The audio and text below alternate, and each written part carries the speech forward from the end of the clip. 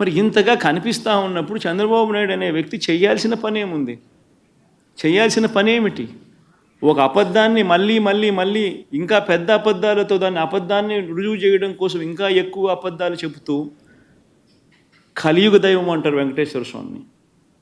వెంకటేశ్వర స్వామి విషయంగా ఎవరైనా ఆడుకుంటే మాత్రం మామూలుగా ఉండదు.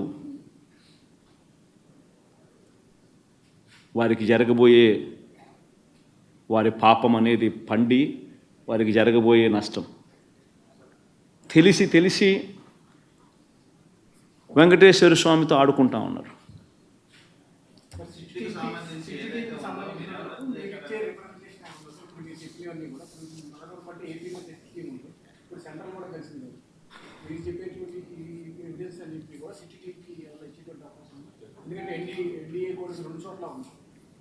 ఈ సుప్రీంకోర్టు అబ్జర్వేషన్సే ఈ మాదిరిగా చేసినప్పుడు టీటీడీ ఈఓ ఆన్ రికార్డ్ ఈ మాటలన్నీ చెప్పినప్పుడు అవన్నీ ఆధారాలతో సహా రికార్డ్ అయి ఉన్నప్పుడు టీటీడీలో ఈ మాదిరిగా శాంపుల్స్ కలెక్షన్ అనేది ప్రతి ట్యాంకర్కు చేస్తూ ఉన్న ప్రక్రియ దశాబ్దాలుగా జరుగుతూ ఉన్నప్పుడు అసలు వాస్తవం చెప్పాలంటే దీనికి సిట్టు అవసరం లేదు, బిట్టు అవసరం లేదు, ఇంకోటి అవసరం లేదు.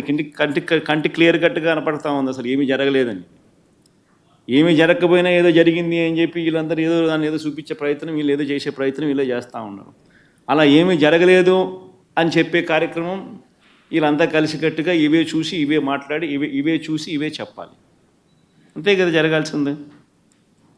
ఏమీ జరగకపోయినా కానీ జరిగింది అని ఒక అబద్ధాన్ని రెక్కలు కట్టించి దాన్ని అబద్ధం జరిగింది జరిగింది జరిగింది అని చెప్పి దాన్ని ప్రమోట్ చేయడానికి ప్రయత్నం చేస్తూ ఉన్నారు. అసలు ఏం జరిగింది ఏం జరగలేదు అని చెప్పి చెప్పడానికి ఇవన్నీ కూడా ఆధారాలన్నీ ఒకటి ఆధారాలన్నీ కూడా చూపిస్తూ ఉన్నారు. చూపించడం జరిగింది. ఇవన్నీ చూస్తూ ఉన్నారు, కనిపిస్తూ ఉన్నాయి.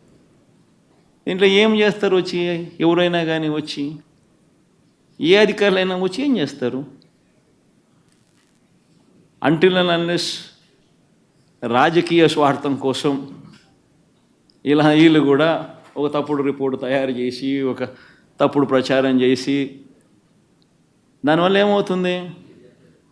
వెంకటేశ్వర స్వామి కోపం వీళ్ళ మీద కూడా వస్తుంది ఎవరైతే తప్పు చేస్తారో.